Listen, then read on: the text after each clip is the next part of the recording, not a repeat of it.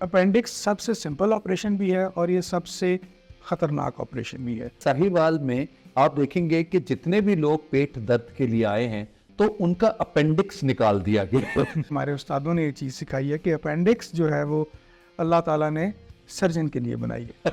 तो अभी तक इसका सिर्फ यही रोल। शुरू में दर्द यहाँ पे नहीं होता। शुरू में दर्द आपका पेट के दरमियान वाले हिस्से में, नाफ के पास या मैदे वाली जगह पे हो रहा होता है। जाने को तो अलाउ करता है लेकिन वापस नहीं आ सकता। स्पेशली जो रूरल एरिया से आ रहे होते हैं उनमें उनका यही कॉन्सेप्ट होता है कि शायद नाफ पड़ गई। वो नाफ में ना सर आजकल वो पियर्सिंग भी हो रही है। तो ये भी आजकल की हमारी यंग जनरेशन जो है वो उसका ये इस्तेमाल भी कर रही है सर। अगर आप डायबिटिक हैं या अगर आपकी इम्यूनिटी कम है तो उसमें आपके रिपरकशंस हो सकते हैं। बिल्कुल।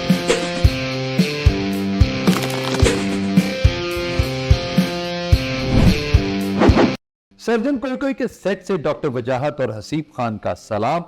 हम डॉक्टर साहब एक मज़ेदार बात आपके साथ शेयर करना चाह रहा था। मेरा एक कज़न थे, उन्होंने बताया कि एक शहर है पाकिस्तान का साहिवाल। उन्होंने कहा साहिवाल में आप देखेंगे कि जितने भी लोग पेट दर्द के लिए आए हैं तो उनका अपेंडिक्स निकाल दिया गया। तो जजमन हमारे आज का जो टॉपिक है वो है अपेंडिक्स। अब एक ऐसी बीमारी आप जिसमें कहें कि जो कि एक वेस्टेड पार्ट है आपके जिस्म का, लेकिन वो वेस्टेड पार्ट जब अपेंडिक्स का ऑपरेशन होने के करीब होता है तो मरीज मरण आला हो चुका होता है और मरीज ये कहता है कि बस मारे गए, लुटे गए। वो गाना आता ना, मैं लुटी गई। तो इस तरह वाला को माहौल बन रहा होता है। ये असल में ये जो डिजीज है लेडीज एंड जेंटलमैन, हमारी आज का जो टॉपिक है वो है अपेंडिक्स।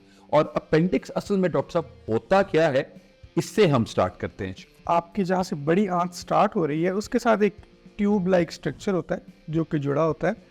और जिस तरह आपने बात की कि इसका शायद फंक्शन बॉडी में कोई नहीं है, तो इस पर काफ़ी रिसर्च हुई, लेकिन अभी तक कोई मुस्तनद किस्म की रिसर्च इस बात को साबित नहीं कर सकी कि इसका हमारे जिस्म के अंदर क्या फंक्शन है। हमें हमारे उस्तादों ने ये चीज़ सिखाई है कि अपेंडिक्स जो है वो अल्लाह ताला ने सर्जन के लिए बनाई है। तो अभी तक इसका सिर्फ यही रोल था। तो देखिए जी कि अगर आपको अपेंडिक्स हुआ है तो आपने सर्जन कोई ढूंढ लेना है और सर्जन कोई के साथ आपको आपके लिए शिफा जो है वो आपको जरूर मिल जाएगी। अपेंडिक्स की हमने बात की है, तो मरीज को कैसे पता लगता है कि ये अपेंडिक्स की तरफ ही जा रही है सारी की सारी दर्द, ये क्या होता है सर? अच्छा जी, इसकी जो अलामात हैं उसमें जो एक मेन अलामात जो हम सबको पता होती है कि जी पेट के राइट साइड पे हमें दर्द है, लेकिन ये शुरू इस तरह होता है कि शुरू में दर्द यहाँ पे नहीं होता। शुरू में दर्द आपका पेट के दरमियान वाले हिस्से में, नाफ के पास या मैदे वाली जगह पे हो रहा होता है। इसीलिए बहुत सारे मरीज जो हमारे पास आ रहे होते हैं, स्पेशली जो रूरल एरिया से आ रहे होते हैं, उनमें उनका यही कॉन्सेप्ट होता है कि शायद नाफ पड़ गई। नाफ तो बहुत कॉमन सी चीज़ है, लेकिन मेडिकल फील्ड के अंदर नाफ पड़ने जैसी कोई चीज़ नहीं। वो होता ये है कि अपेंडिक्स का दर्द यहाँ से शुरू हो रहा होता है, वो नाफ का इलाज नाफ के साथ हकीम हजरात जो हैं वो नाफ को बेसिक समझते हैं हर चीज की, तो ये डॉक्टर्स नहीं समझते। नहीं, मतलब हमारी मेडिकल फील्ड के अंदर नाफ का फंक्शन जो है वो बच्चे के पैदा होने के बाद ख़त्म हो जाता है। ये सिर्फ एक हिस्सा आपको सिर्फ नज़र आ रहा होता है, लेकिन इसका फंक्शन कोई नहीं होता। लेकिन कभी कभी सर ये बड़ा अच्छा भी लगता है।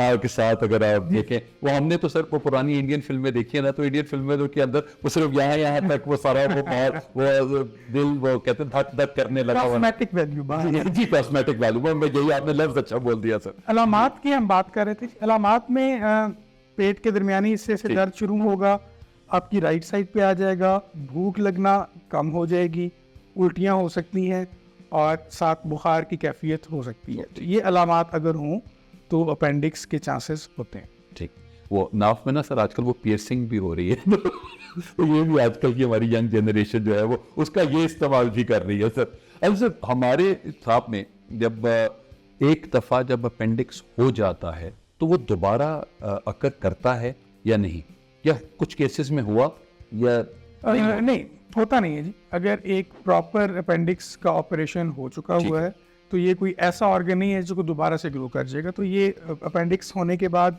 मरीज आप कह लें कि 6 महीने के बाद बिल्कुल नॉर्मल वैसे ही होता है जैसे जब उसको अपेंडिक्स मौजूद थी उसके अंदर तब था, तो इसमें दोबारा होने के चांसेस नहीं होते। अच्छा, ये जो अपेंडिक्स है ये स्वेल कैसे और क्यों होता है? जी, जिस तरह हमने इसकी लोकेशन की बात की कि ये लार्ज इंटेस्टाइन के साथ एक ट्यूब जुड़ी होती है, तो जब हम जो खाते हैं ज़ाहिर है उसने एक इखराज का उसका पूरा निज़ाम है और आपके खाने ने बड़ी आंत के ज़रिए भी गुजरना है। तो वो होता ये है कि जब इस एरिया से खाना गुजर रहा होता है तो बाज़ औक़ात कोई एक आधा पार्टिकल बहुत माइन्यूट सा ज़र्रा जो है वो इस नाली में चला जाता है। और अब वो जब चला जाता है तो उसका वापस आने का कोई रास्ता नहीं होता, क्योंकि एक वॉल्व मैकेनिज्म होता है जो जाने को तो अलाउ करता है लेकिन वापस नहीं आ सकता। फिर वो वहाँ पे रहता है, उसकी वहाँ पे सोजिश शुरू होती है और फिर वो अपेंडिक्स की दीवारों में फैलती है और इस तरह से ये फिर अपेंडिक्स पूरी सूज जाती है। ठीक, इनके साथ इससे अवॉइड कैसे किया जा सकता है? मतलब कोई खाने की है या कोई ऐसी हैबिट्स हैं जिनसे आप इनको अवॉइड कर? अपेंडिक्स एक ऐसी चीज़ है जो किसी वक्त किसी को भी हो सकती है। नॉर्मली कुछ लोग कहते हैं कि आपको ज़्यादा बीज वाली चीज़ें नहीं खानी चाहिए, खुराक चबा के खानी चाहिए, हाई फाइबर डाइट खानी चाहिए, लेकिन उसका ऐसे ताल्लुक नहीं है। ये हो सकती है, किसी को भी हो सकती है। हम कुछ चीज़ें जिस तरह हम बात करते हैं, कुछ चीज़ें अनअवॉइडेबल हैं जो अगर आपकी किस्मत में लिखा हुआ है कि ये होना है तो वो हो जाता है, इसको आप अवॉइड नहीं कर सकते। बचपन की आपने बात की और एक आपने लेट एज की बात की कि जब अगर अपेंडिक्स होता है तो उसमें कॉम्प्लिकेशन ज़्यादा होती हैं। उनकी रीजंस क्या होती हैं? कि इनकी इम्यूनिटी का कोई प्रॉब्लम होता है? ये दोनों एज ग्रुप्स ऐसे हैं कि इनके अंदर जो इम्यूनिटी है, जिसको हम क़ुव्वत मुदाफ़ियत भी कहते हैं, मतलब जो सोजिश हुई है उसको कुदरती तौर पे सेटल होने के लिए जो पावर चाहिए वो इन दोनों एजेस के अंदर कम होती है। ठीक है। इसलिए इन दोनों एजेस में अपेंडिक्स के फटने के चांसेस ज़्यादा होते हैं और इसमें मेडिकल मैनेजमेंट का कोई ख़ास रोल नहीं होता। एक और बात जो है, इन दोनों एजेस के अलावा अगर कोई पेशेंट डायबिटिक है, किसी को शुगर का मर्ज़ लाक है, तो उसके अंदर भी यही मसला होगा कि उसमें भी क़ुव्वत मुदाफ़ियत कम होगी और इसके कॉम्प्लिकेशंस के चांसेस ज़्यादा हैं।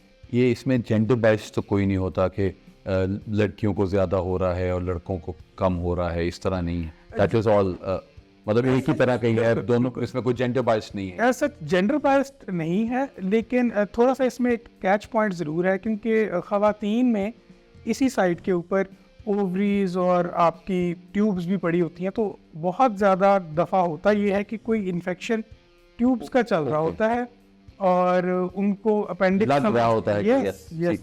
तो उसके लिए कुछ आजकल ज़ाहिर है चीज़ें काफ़ी एडवांस हो गई हैं, तो ख़वातीन के अंदर हम पहले ये मेक श्योर करते हैं कि ये वाकई ही अपेंडिक्स ही है। उसके लिए हमारे पास अल्ट्रासाउंड है, सीटी स्कैन है, और जब एक दफ़ा हम ये चीज़ इंश्योर कर लेते हैं कि इनको कोई बच्चेदानी के या ओवरी के मसले मसाइल नहीं है, तो फिर हम उनका अपेंडिक्स का ऑपरेशन करते हैं। ऐसी मेरी एक जनरल सवाल है कि अगर आप एक सर्जन के पास लोग आते हैं और ये कहते हैं कि जी आप इनका ऑपरेशन करना है, तो कितनी रिस्पॉन्सिबिलिटी सर्जन के ऊपर होती है? कि it can be a make और अ ब्रेक थिंग, कभी कभी चीज़ें डिफरेंट भी होती हैं। तो आपकी कभी लाइफ में कोई इस तरह का कोई एक ऐसा डिसीजन आया अपेंडिक्स करने के लिए कि था नहीं लेकिन वो हो गया, तो यार बंदा पहले चलो होते करता चल यार तू अगली बारी तेरे अपेंडिक्स नहीं होगा? ये बहुत अच्छा सवाल आपने किया। इसमें दो तीन चीज़ें हैं जी।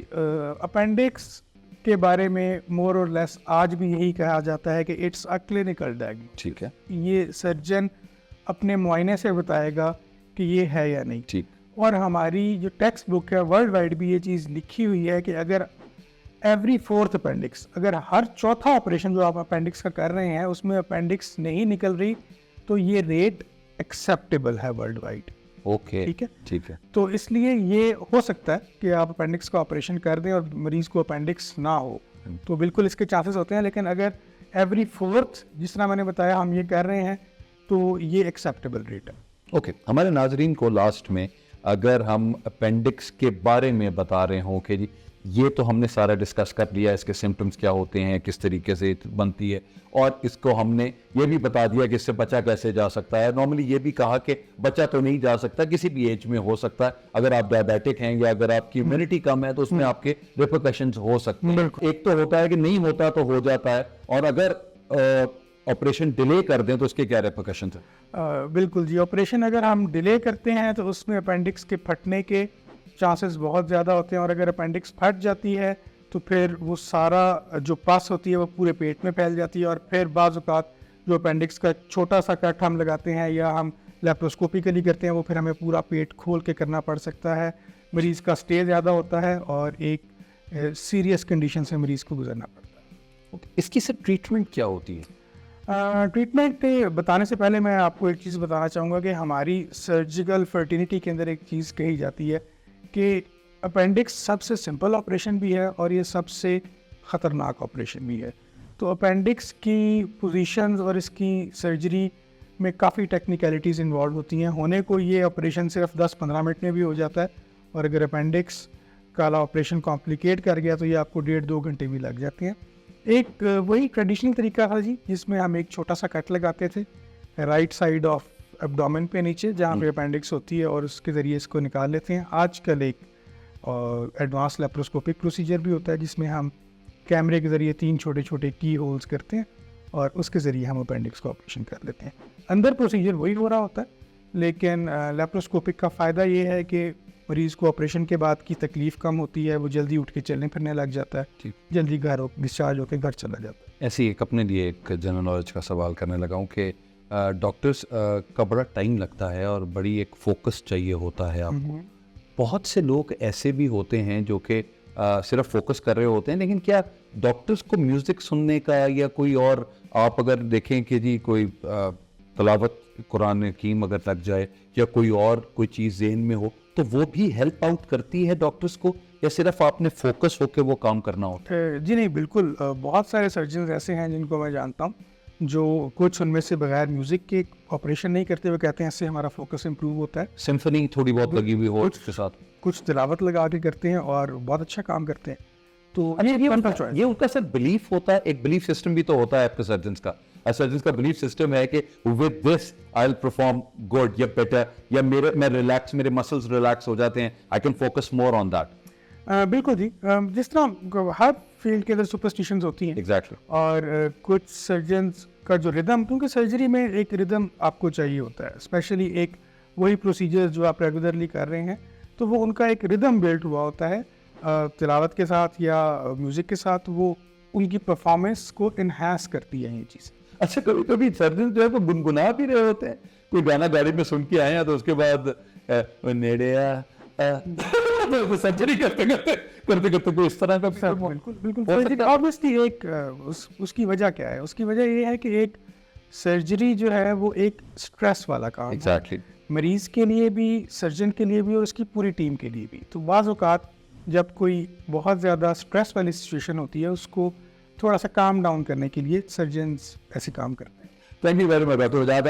डॉक्टर वजाहत की बात को मैं आगे बढ़ाता हूँ, और वो ये है कि there are many a slip between the cup and the lip. आपका एक काम को स्टार्ट करने से लेकर एग्जीक्यूट करने तक सर्जन जिस तरीके से भी चल रहे होते हैं वो वही जान सकते हैं, और उन्हीं को ही पता होता है। वो पंजाबी में कहते हैं राह पे आ जाने या वाह पे आ जाने, तो वो डॉक्टर्स को उसका बेहतर अंदाजा होता है कि हम कैसे अपनी फील्ड को, उसको कैसे बेहतर कर सकते हैं और किस तरह से हम शिफा दे सकते हैं अपने मरीज को। तो वो हमारे लिए जी, तो आज का जो हमारा टॉपिक था वो अपेंडिक्स है। हमने अपेंडिक्स की जो सिम्टम्स थे उनके बारे में बात की, उसकी क्योर के बारे में बात की, उसकी ट्रीटमेंट के बारे में बात की। तो इंशाल्लाह आपसे अगले हफ्ते दोबारा मुलाकात होगी एक नई डिजीज के साथ। मुझे और डॉक्टर वजाहत को इजाजत दीजिए। अपना बहुत ख्याल रखिएगा, एक हेल्थी लाइफस्टाइल मेंटेन रखिएगा। हम दोबारा आपसे मुलाकात करेंगे। पाकिस्तान जिंदाबाद।